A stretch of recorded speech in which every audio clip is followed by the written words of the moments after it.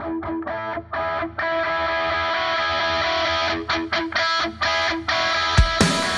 going on, everybody? I'm Tom. I'm Pat. And I'm Zach.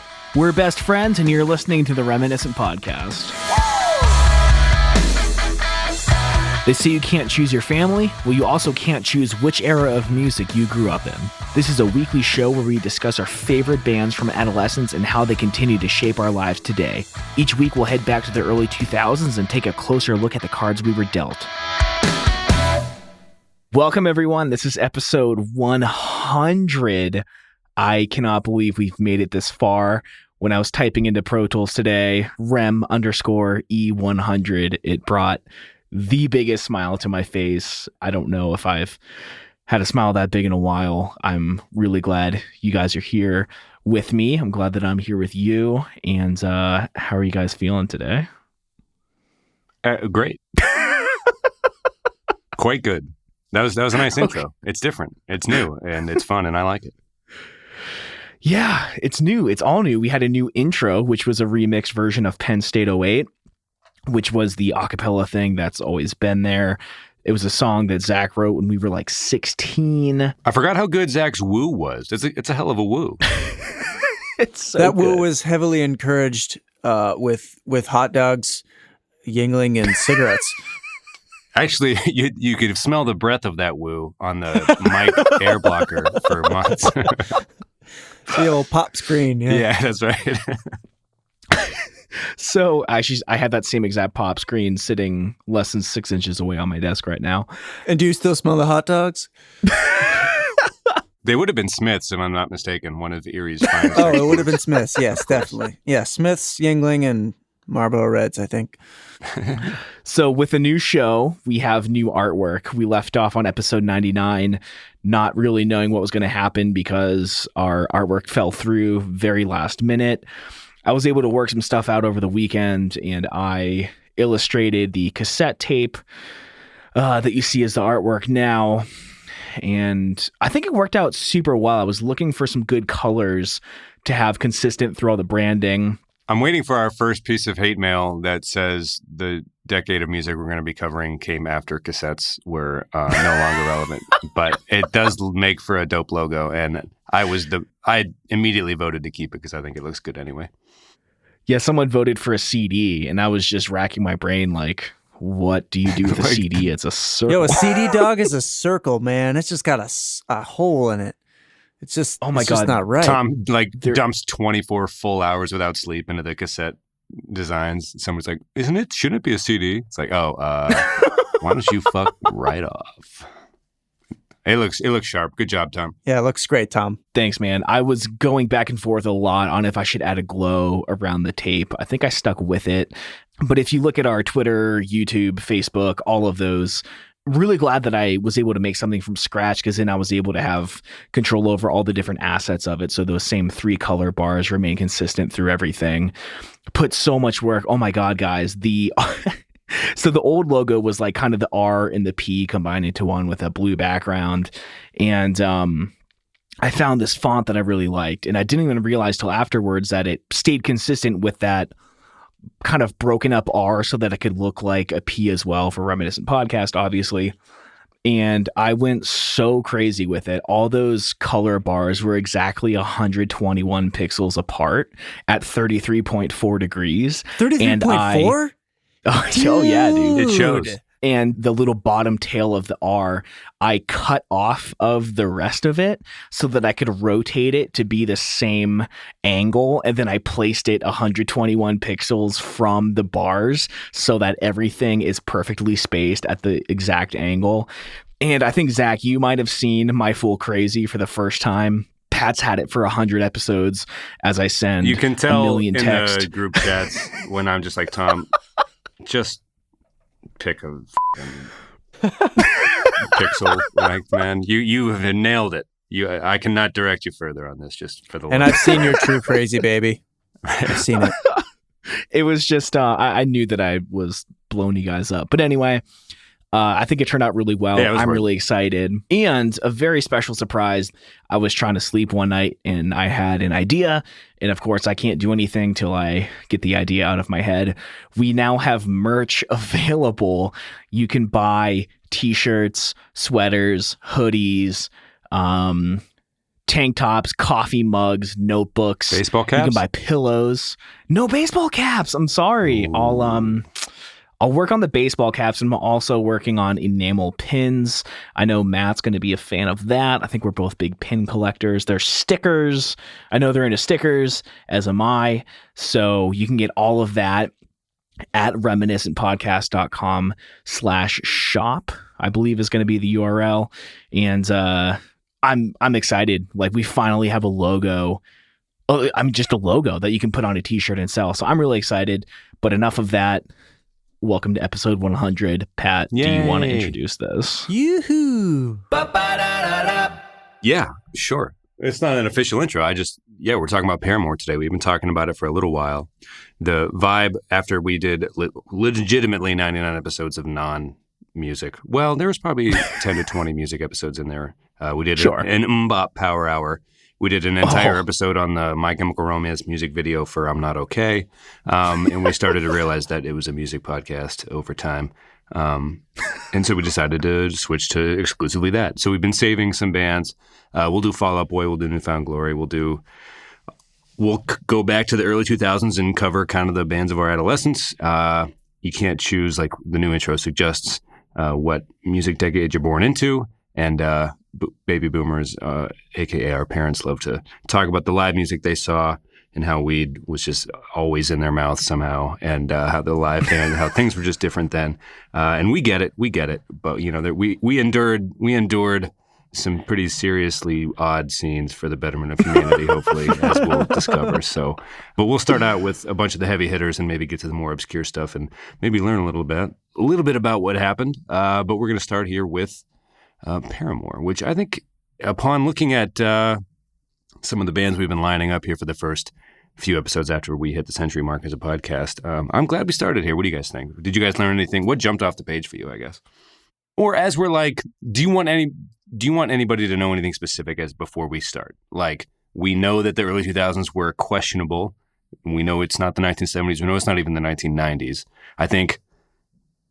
I guess if it weren't for the 80s, it wouldn't even be close, right? In terms of like people who are still alive and brag about back in my day type music scenes, or I don't know. I'm just curious, what was your headspace like heading into this episode and as we move forward? The reason I wanted to talk about Paramore so badly, and I think it was around like episode 80 when we discussed we were going to rebrand, I said episode 100 should be Paramore.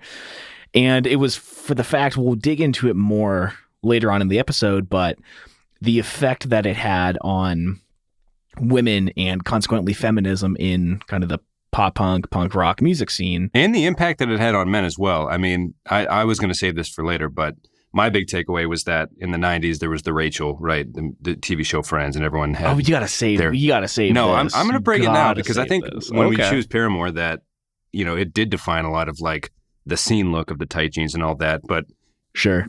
There was the Hayley, right? In the early 2000s, everybody had a friend who had that orange tint to the hair and the bangs and everything. But also a lot of the guys did as well. So like it wasn't just gender specific in terms of people having the Hayley and dressing a certain way. So I would think it was an oddly iconic band for the period, at least in terms of like where we were in junior high and stuff coming up and listening to some of those records.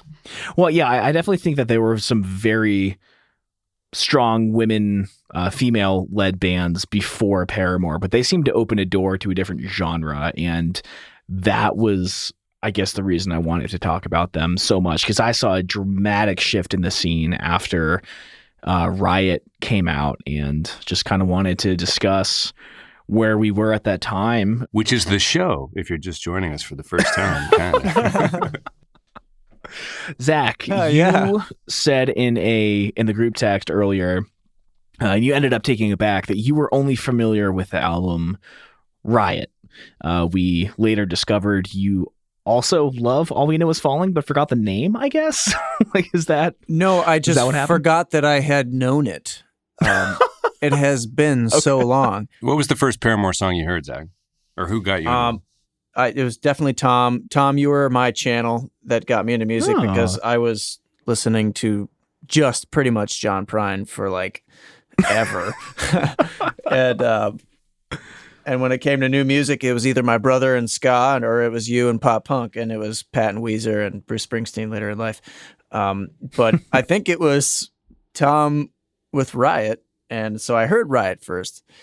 And let's be clear, I do know All We Know Is Falling. I know it very well. Now I remember it after listening before we started tonight. I'm like, oh yes, these songs. I remember these songs. So if you're Pat, it's lovingly referred to as the Red Couch album. Oh, right. But I think you just pressed play and we started it from the beginning. Yeah. And you said something to the effect of, "Isn't she amazing?" If I had to guess Tom's crush of the decade, it would have been Hayley Williams, I think, or anybody alive. Oh, dude, we will dive head first into that. Did you have the artwork for Riot on your wall or something, Tom? I remember it being a very your house. I think you got me into that record as well. I just remember seeing the artwork with her on a T-shirt. You might have had a T-shirt, and then I just remember hearing the song "Hallelujah" and being like, "Oh my!" Or a poster in the basement or something. There might have been a poster in the basement or on the drum, taped onto the drum head or something. If it came with the physical CD, possibly. I don't recall, but there's many moments in my life that are gone forever. So do you remember? I mean, it was just at my house, Zach? Yeah, that's where Okay. It was one of those either days after school or weekends where I was dropped off, and there it was. How'd you get the CD? I don't know where Tom? I heard it. Yeah, I mean, it sounds like you were our gateway to this world. I have no memory. It was just there one day. I don't know who introduced me. I don't know. Well, fast forward a year later, and Crush, Crush, Crush is my ringtone for like the next decade, waking me up from every high school hangover I ever had, just blaring into my ears. I remember waking up to the same tone. Back when you used to have to like go to a super janky website to upload like your LimeWire file, and then it would rip 40 seconds of it, and you could slide the bar. And the da-na-na. Anyway, I remember hearing Hallelujah for the first time and just being like, who and what and how, why, and just it blew me away. That wasn't like their, I guess necessarily. I don't know if that was their best song at the time, but I just remember knowing I wanted to dig into as much of the band as possible. Riot, I don't even know if it's their first or second best album, but it hits pretty hard. At least a third of the songs are absolute bangers. Oh yeah. I don't even know if it's bangers or bops and slaps, because we've been using those phrases like playfully over the last 10 episodes or so. I think there's a difference. There's a difference, I think, because when I went back and listened to All We Know Is Falling, which is their first record, the Red Couch album, of course. I think the word I used in the notes today was like, this rips so hard. It just comes out of a fucking cannon. Both albums, the first, 20 songs you would hear by them or so, they really don't let up very much at all. Even Hallelujah is kind of a preachier one, but they don't have a slow hit until Only Exception, which is on their third album that came out in 2009. But I feel like we might be getting ahead of ourselves. Should we do the Now You Know and dig in a little bit? Let's dig in if it's okay, because with the All We Know Is Falling, right, Pat, that hits pretty hard, consistently hard, with your guitars, bass, drums, boom, they've got down. It's hard, and we got it. And then the first few jams on Riot, just kind of pull the cock back a little bit and let you fly, and then it kind of just melts into When It Rains, and yeah, oh God, what an song. album, dude. Now, you're kickstarted into Riot, and it blasts you away, and then it just melts into When It Rains with that little digi delay in the beginning of that thing, and it's really like mid range and high range guitar work, and that rhythm keeper, that bass player, just dum dum dum dum dum dum dum dum dum, and it just keeps going, and then it really settles down when that first verse starts. It's like, wow, I can take a breath now. This is really nice. I'll give you that. I will absolutely give you that. But I think when you look at the greater context of Riot, it's so loud, it's so bombastic that When It Rains feels like a huge like step back. It's really mellow. But compared to, like Pat said, Only Exception or The Only Exception, it's still pretty loud, I guess, and aggressive compared to that. So, well, it was interesting looking at, because I think we all went to college or something, or we graduated high school in 2009, and that's the year that Open Your Eyes, or is that the name of the record? All Our Eyes Bright or Eyes. Something? What's that? Brand New Eyes. Brand New Eyes. Sorry, Brand New Eyes. So that dropped, and I was looking at Spotify, and I was reading some reviews for that album. It looked like half the top 10 most listened to songs on Spotify for that band come off that record. And Only Exception and Ain't It Fun, I think, are the two that I had recognized from radio play. But I was reading the reviews, and they were like, this is their most polished effort, like where Riot might be more front-loaded and inconsistent. This one definitely from front start to finish leaves a good taste in your mouth or whatever. And I don't even know, that blew me away because I don't remember hearing anything. Because for as into the band as I remember being, I don't remember on any of the three of us even touching that record at all. Because I think the two singles hit the radio and we were like, oh, it's different now. And then there was they were flirting with the storylines about the band kind of breaking up and moving in an incredibly different direction by the time the self-titled album dropped in 2013. But apparently it's a well-received, very listened-to record for them amongst Paramore fans. And I wasn't sure if you guys had heard anything about that. And I was shocked, I guess, to see that there weren't many songs off the first two records on their Spotify most listened to. Granted, it's a new service or whatever, but new in the sense that it only came out in the past few years. But, I mean, I don't know. Didn't seem to be a lot written about or talked about their first two records. And they even came out with a live album I saw that had a lot of the songs off the first two records. But I don't know. The drop-off, I don't know where you would place the drop-off and what the drop-off would mean in terms of getting softer or different sound-wise. But I might be getting ahead of myself in terms of, were we going to do a Now You Know? Well, okay, so I wrote some stuff out, but none of it was like super interesting. We all know about the controversy of the band members and whatnot. But I found their album sales and their chart rankings to be the most interesting thing that I found. So allow me to break down all of their albums for you really quickly. Okay, and don't skip on the part where the band breaks up, because I think it helps define the sounds of each record as well. Sure. So All We Know Is Falling, their first album, 2005, did not place on any charts, went gold with over 500,000 copies. 2007's Riot went double platinum, which is over 2 million records, number 15 on the US charts. Now, Brand New Eyes 2 years later in 2009 only went platinum, so it was between 1 and 2 million, but it hit number 2 on the charts. And this was platinum across all boards, RIAA. I can't think of any of the other acronyms now, but all the different, whatever, sales counting platforms. Paramore, the self-titled album 2013, went platinum, but only across 2 of the 6 boards, but hit number 1.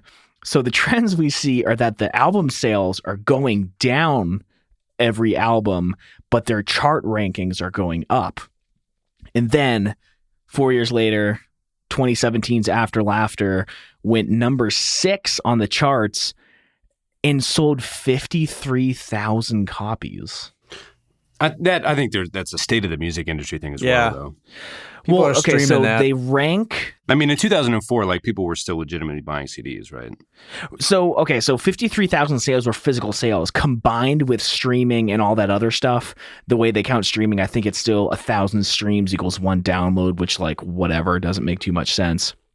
The sales, including streaming and other digital platforms, was still only 68,000 sales. Yeah. Down from 2 million a decade previously, but they're still charting better than they were in their prime. And to me, that doesn't make any sense at all. Well, they were super more fascinating. There was definitely, I feel like, more radio play songs. So, I feel like we have to touch on the breakup. It would be criminal not to, or at least explain. So, the 2009 record, Open Your Eyes or whatever. I'm just going to refer to it as Eyes because I get Brand New Eyes. I can't remember. That was the last album before, again, it was the more polished, focused version of the first 2 albums, certain reviewers said. That came out, but it had a super pop radio hit in Only Exception. So I feel like for non-fans, you wouldn't even know that they were still pumping out work that was very similar to the first 2 records, right? But I could see that it would chart better. Would the chart system be based on the fact that the radio hit got more airtime and things like that? Right? Do you mean Ain't It Fun for the airtime? I think it would be only exception. I think Ain't It Fun didn't come till the 2013 record when she started writing songs about like the departed band members, about growing up in the real world. And there's a couple like interludes, like usually like rap albums in the 90s and early 2000s had these skits, and they weren't very often on rock records. But the answering machine? Yeah. They had like, there was these 3 like interlude songs. It was her like in a ukulele sounding thing, and she sang kind of like these goofy, almost not even veiled messages at the other band members that had taken off, and said that she was like treating them like her solo project, and you know that she was the only one signed to Atlantic Records right at the time, and they were just like nothing, even though they had all come up together from a pretty young age. Like the drummer was 12, right, when their first record hit, or when they formed at least. So they were kind of fed up with her directly, that she was being manipulated by managers and things like that. But when they left, I mean, it took a drastically poppier turn, right? Ain't It Fun? It's just a different type of hit than you would have heard on the first 2 records and things like that. And then I don't know if it's just a sign of the times changing. I mean, every 2 albums the Beatles altered their sound as well. But I mean, like this latest record, the one that came out in 2017, was just a dancey kind of 80s. Like the guitar work is just unrecognizable. I don't know. But I guess I don't know what you guys, if you had thoughts about like good or bad, was it right for them to leave, or did they make fair points, or what was your take on the whole breakup story in general? I meant to say Brick by Boring Brick for the big single off of Brand New Eyes. Oh, gotcha. And that's the first time I saw her with blonde hair. That was a game changer as well in terms of my love for Hayley Williams. But in the sense that it grew or dwindled? Oh, it grew 10 times that day. Or I guess was rekindled, you could say. But I think, it is like I didn't follow their breakup too much because I'm not super interested in those kind of things. But usually when you see band members leave, especially if they were crucial in the songwriting process, the music changes drastically. Like when the bassist of Cartel left, I guess he was the main songwriter. They kind of went downhill from there. Next week on the Cartel episode. Oh, dude, we got to do a Cartel episode. We gotta. The super slowed breakdown outro is... So the thing that I think is interesting with Paramore is that they were trailblazers when they came out, but then with the newest album, 2017's After Laughter, which I didn't give it the amount of time it probably deserved, but it seems like they're making a grab at like what the 1975 was successful doing. So like do they become behind the times with this like dancey 80s vibe? Like I just thought it was really interesting. It's still kind of fun, and I liked the song, like the single, but the fact that it was Paramore writing it kind of bummed me out.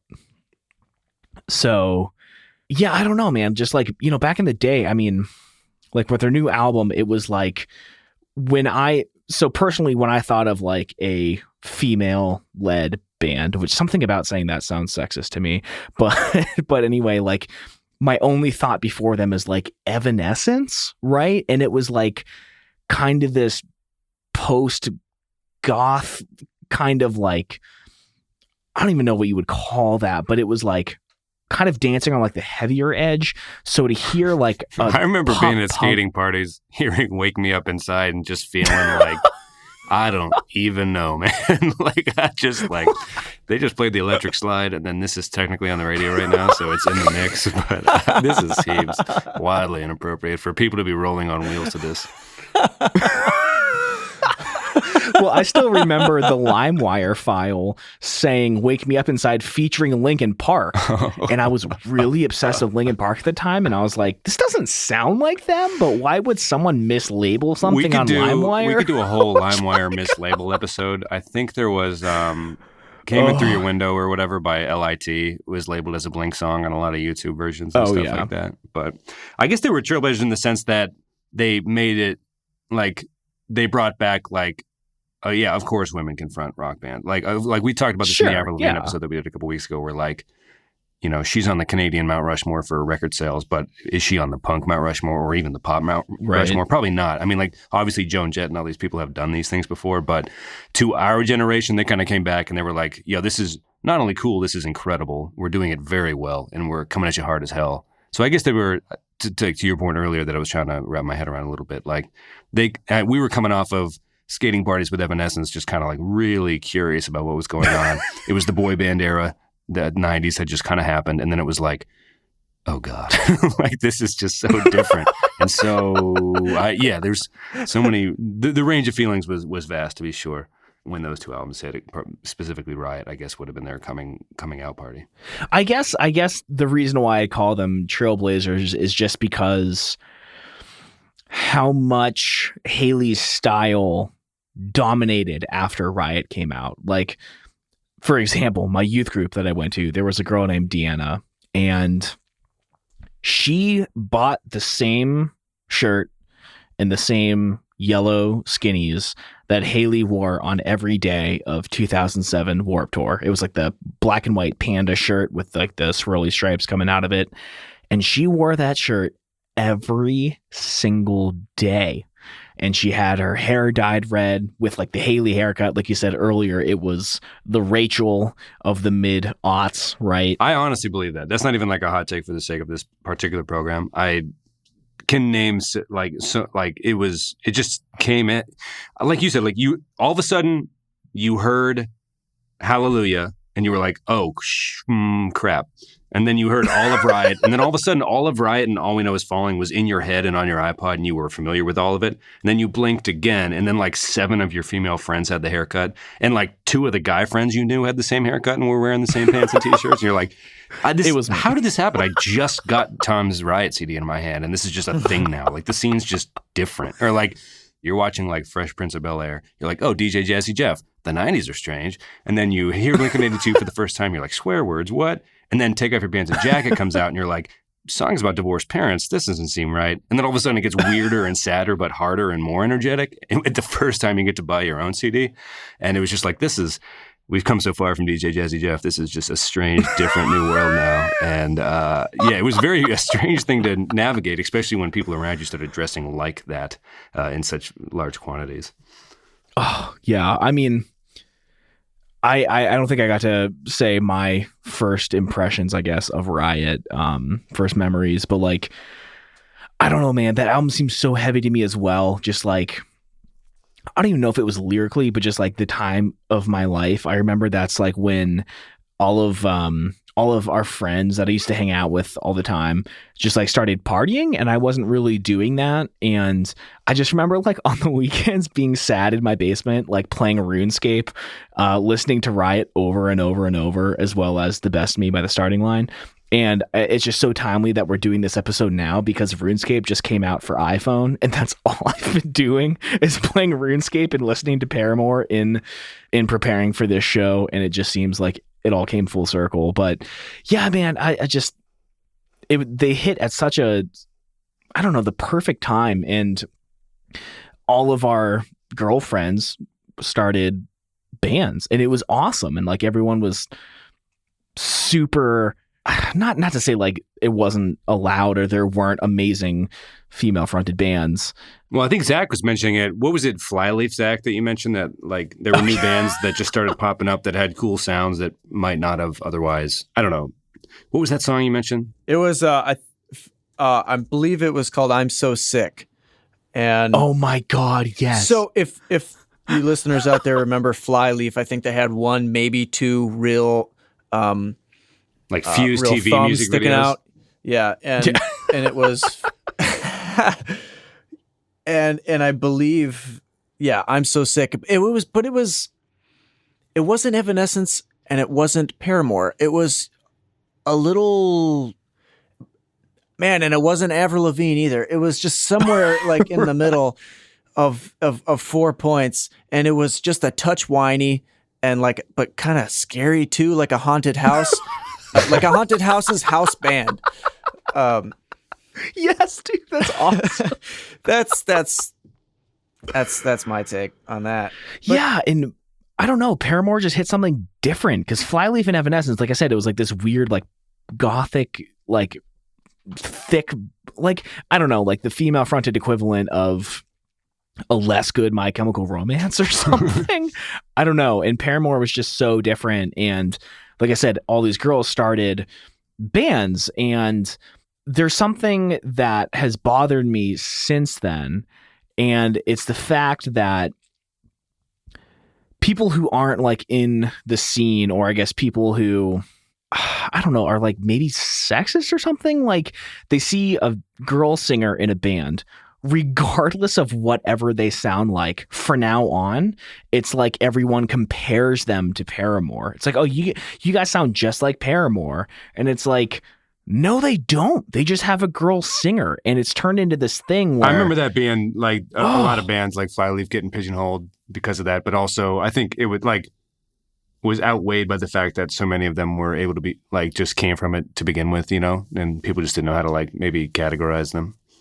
I mean, it just, to me, it was just so sad. Like, I still have friends in bands to this day who have a very unique sound, nothing like Paramore. And I would go to their shows because they're my friends, and, you know, supporting them and whatnot. And people would be like, oh my God, I love that Paramore sound.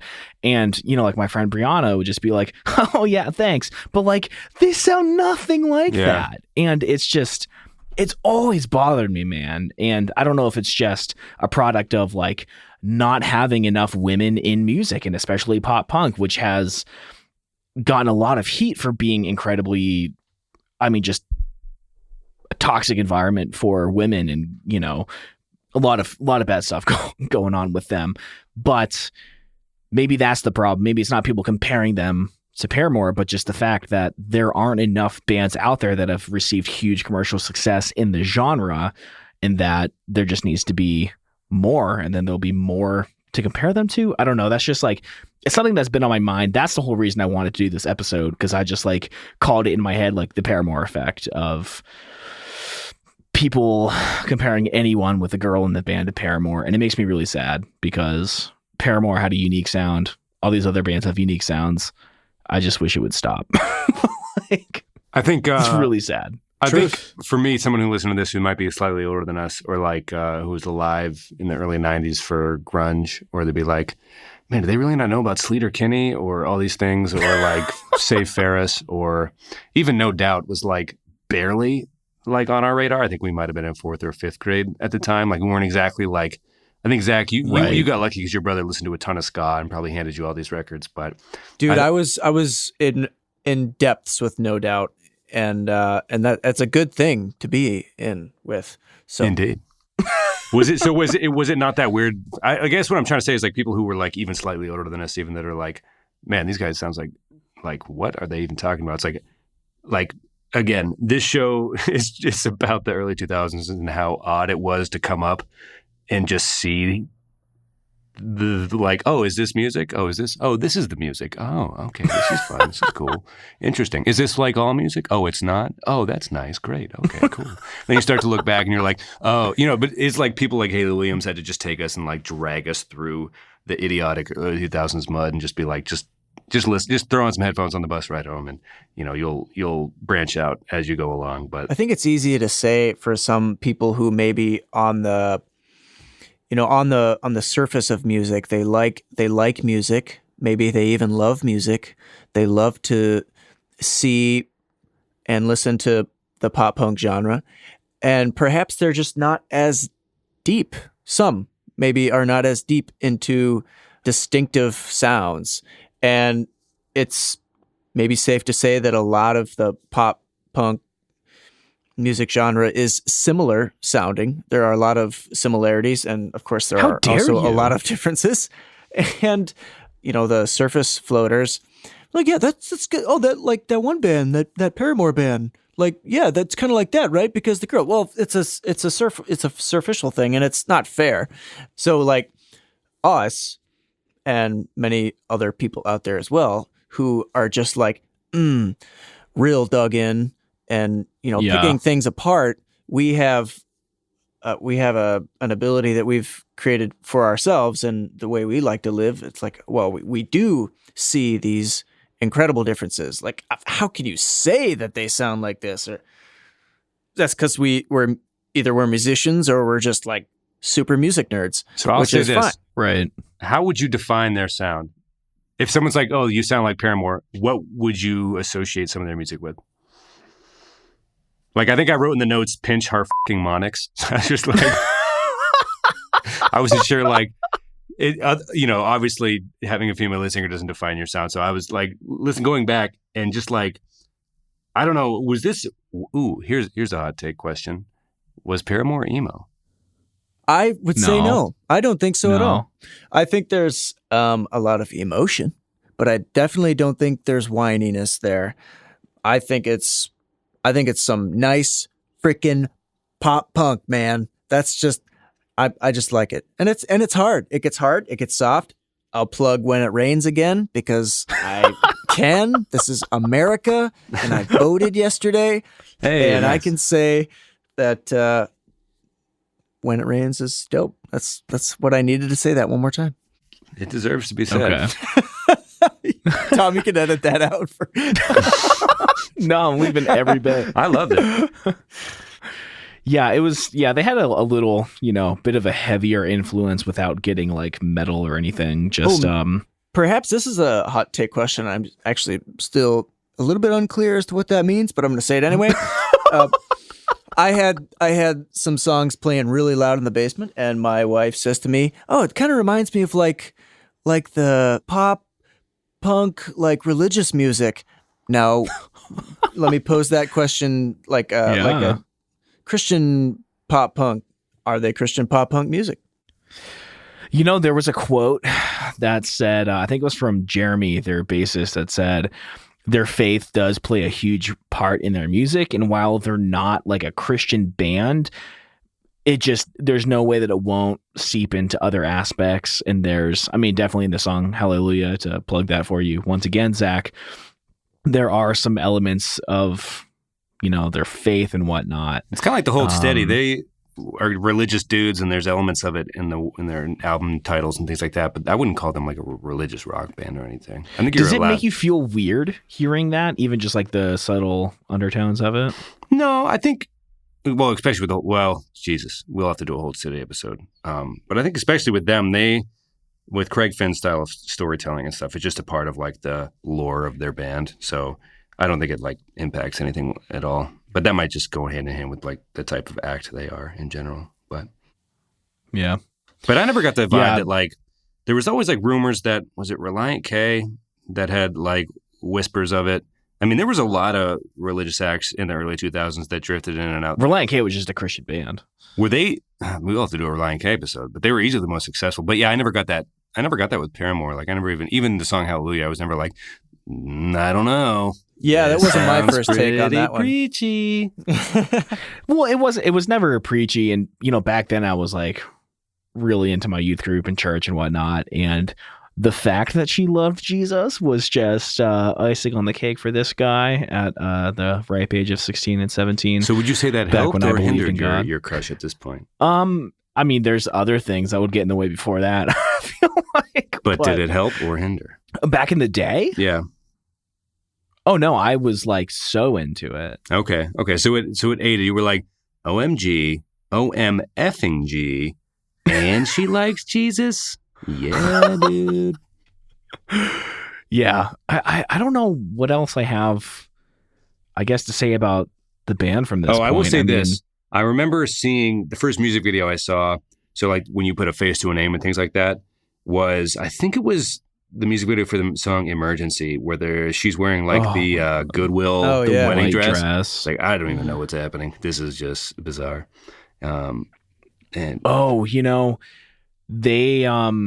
there was a video again on LimeWires before YouTube existed, and they played the song Franklin, and she wore the white wedding dress for that concert. And I just remember like, I think that's how I actually found out about the earlier album, was after Riot, I guess, as most people did. And I just remember I was listening to some of the records today, and I just remember how like high stakes emotional all of the songs were. It was so Even the song emerges. I just remember like, what type of headspace were we all in 2004 that allowed for this to speak to so many people?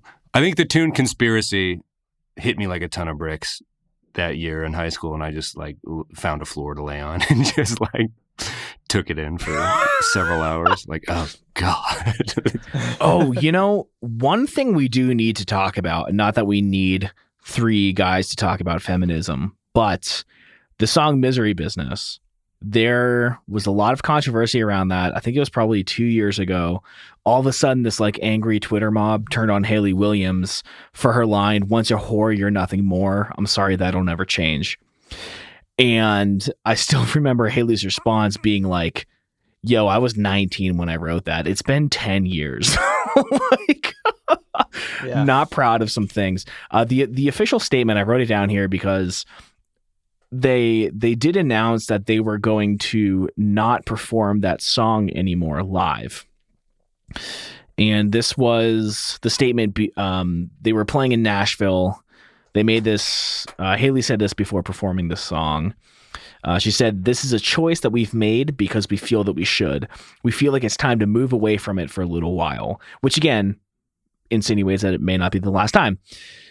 "This is to every bad decision that led us here. This is to all the embarrassing things we might have said, but we've owned up to it and we grew up." And I think that's really interesting. She said it was bad for feminism. And again, not that we're going to discuss whether it's right or wrong or whatever, but, as someone who considers himself a feminist, but part of me does feel like calling women whores isn't okay under any circumstances. But if you write a song about, oh, you're mad at this girl for something, is that considered hateful towards all women? And again, maybe we shouldn't even go down this rabbit hole, but yeah, I was going to say, I think just they're allowed, bands change, times change, people change. You're allowed to not play that song anymore or for a little while. Like, that's fine. It kind of goes back to the, like, are celebrities allowed to encourage you to vote? Like, yeah, they're people. They can, like, if they want to stop playing it, that sounds good to me. Plus, oh no, I mean, I wouldn't say like they should play this song. This is the song that made them famous. Like, whatever, that's great. But like, I don't know if like, I guess they're not really apologizing for it. I thought it was super interesting. And as a man, I don't really have much that I could say about it that would be well, you've helpful made two good way. Points on the pod. The fact that certain bands post Paramore got pigeonholed because of their success was unfair. That's true and a good point to make. And also that it was a big part of their band's history, so it's worth mentioning on the episode that they stopped playing it live, I think in Tennessee a little while ago was the last show it got, maybe Nashville or something like that. Yeah, yeah. And it's, there's a lot of things that have changed since the All We Know Is Falling dropped in terms of the music industry and how the music is consumed even and how their records were even built or written, right? But also culturally as well. And I think that's probably just, they've probably lived through the most drastic change in culture. I don't know if that's too hot of a take, but yeah, I mean, makes sense. That's fine. I think I can see why it got talked about, but in my head, it's like, yeah, that makes sense. Cool. They have a huge catalog and, open the door for another tune to get some airtime on the stage. And why upset anybody if you have that large of a catalog? And yeah, it sounds good to me. To me, it's not that big of a talker. I can see why it got attention, but okay. Yeah, sure. That's fine. Go for it. The Never play it again. To me, good, that's not dude. even there. Like, yeah, why upset anybody when you have the options to fill out a set list with so many more huge songs that rip and bang and pop and slap and things like that? Yeah, not even low key. It just. But yeah, I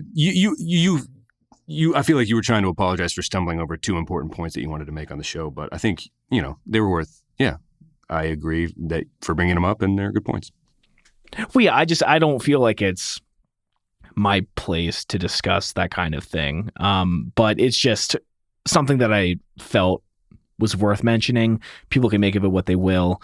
I support them and, not playing that song. Sure, it's a great song, but like if it's representative of something you don't feel comfortable with anymore, then this is like a third or fourth tier more gossipy point about the band. This is like the least most important thing about their history, or middle tier most important thing about their history. I'm surprised you guys weren't more taken with the drama that happened after the 2009 album dropped and when the dudes left the band and made like Hayley treats us as this and that. Like, was it ever proven or talked about whether or not she was a bit of a diva, or were they just overreacting to fame and things like that? Because it seemed like the band, I don't know if they're different for the better since that. Yeah. Right? Well, not with 63,000 albums. Well, sales, the record like sales certainly paint a certain tale, right? I don't know if you guys had thoughts on that. Like, had you heard or seen any interviews about whether or not she was, I don't know. It seems like she's just a prolific songwriter and singer, and it was a product of fame, hurting young. I mean, she's only 29. They were only, they were so young when they started. It might have been just a growing up thing to at the core of it. Did you hear anything about that, Zach? Because I feel like I heard about it now, but at the time I had no idea why. Yeah, some of the songs were starting to sound so different. I just figured things changed, I guess. I heard nothing of it, but the conclusions, the semi-conclusions that we come to here are probably very close, like a blend of, young, talented, popular musicians making a living doing what they're doing, and only one of them is on the hook, really, right? Hayley is the only one that's signed to Atlantic, and the rest of the band is just getting paid $100 a gig and eating, Domino's every night and drinking Yinglings, eating hot dogs. Who knows? Who knows what those environments were like? Somebody knows, but yeah. Was she a diva? Who knows? I don't know. Maybe she was. Maybe she wasn't. Maybe they just stopped being friends too. I mean, people stop being friends. Some of them do. Anyway, I mean, so I heard that like her dad was like super involved in getting her. I thought I read somewhere that their parents used to drive them to shows when they were first just starting out because they were so young. I mean, ours did too. I mean, that's just the way it goes. Well, when you're under the age of 16 in the United States, you can't drive a car. So, right. I also think like if Hayley is a diva, I mean, is it at this point? Is it warranted? Right? Like, was she just a killer vocalist? One of the most defining female vocalists of at least our lifetime. Our generation. She's allowed to flex a little bit, right? I mean, like, okay, bassist. You know what I mean? Like. Walk, man. Who fucking cares, right? Like, she defined the haircuts of an entire decade, so. And that's, like, the fifth coolest thing. I think it is kind of important to note that, like, as much as you want to love and respect the individual members, if the bassist leaves, the band can still go on. But if Hayley leaves, it is absolutely not Paramore anymore. Right. Yeah, like, I'd be shocked if even decent into Paramore fans could have even named the two dudes that left and wrote that letter. It's like obviously the band is who they are because of her in a huge way. And the vocals just, I mean, they rocked hard, yes, but it wouldn't have been as noticeable or special without the way the vocals blended in and things like that. So there was just a star factor there. And do you guys, we're getting a little towards the hour mark. Did you want to do favorite album, favorite song before we do some other things, or am I hearing? Is that couldn't be a message from our friends up north, could it? Oh, shit. I think it is. Oh, it's their sister station. Here, turn it up. All right, then our last caller there just asked us to talk about Paramore, and I don't really have anything fucking good to say about Paramore because there's no Avril Lavigne. As far as I'm concerned, up here up north, we value real rock and roll music, and quite frankly, I don't give a hot fuck about Paramore. They sure do bloody right like to talk about them, but I said they ain't no Avril Lavigne. They don't know how to rock. Well, I suppose there's also Gordon Lightfoot. Yeah, he's my guy. A great point. Yeah, so basically, caller, with all due respect, go f*** yourself. She's no Avril. She's no Celine. She's no Gordon Lightfoot. There you have it here. God save the Queen. Canada loves rock and roll. Keep your trash below the border, mate, right? All right, there we go. Signing off here from the Great White North. This has been O Canada.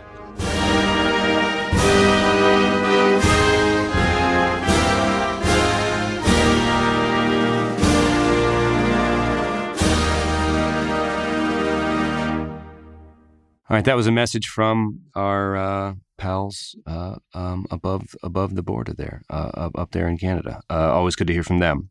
They are not nearly as friendly as you would imagine Canadians to be. Not as friendly and the accent seemed off for at least two of the guys, but Yeah, that's neither here nor there. Do you guys want to do favorite song, favorite album, and then hit the song of the week? John. Zach, you have the floor, my good man.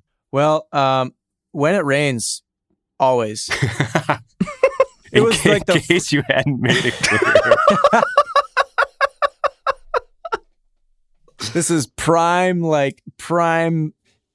really knowing your instrument years.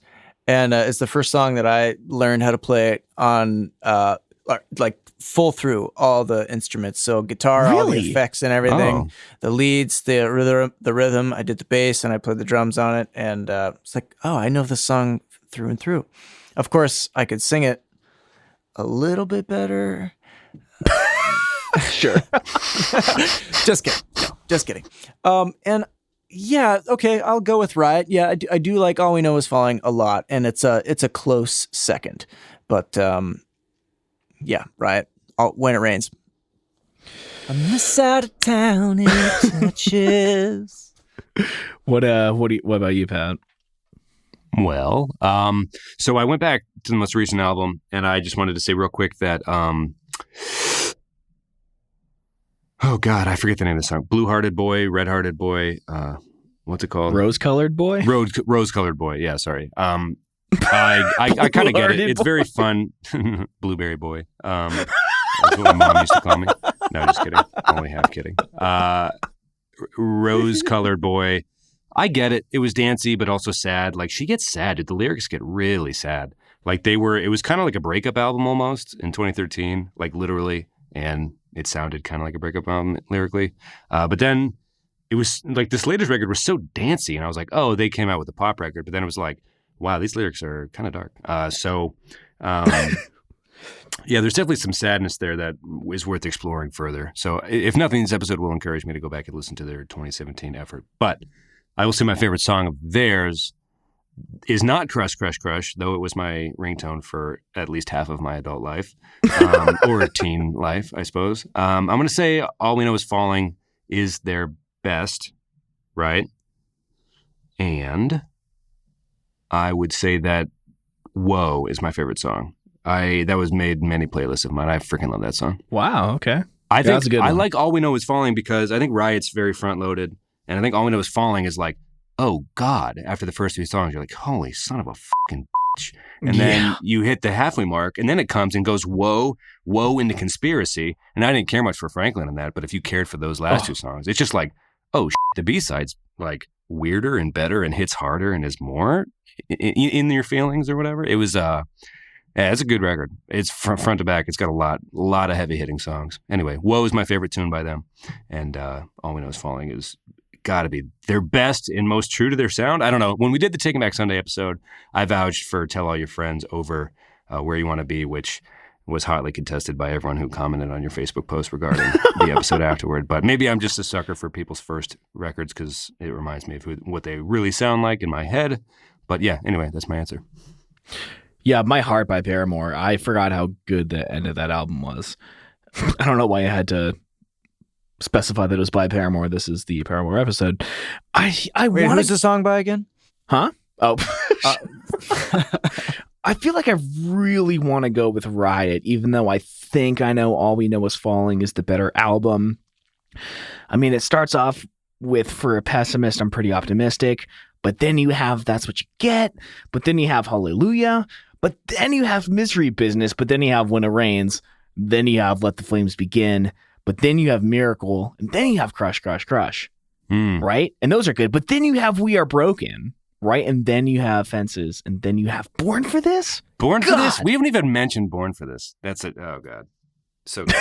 They actually start their live album with Born for This in Chicago when they recorded it. I was like, that makes more sense. I get it.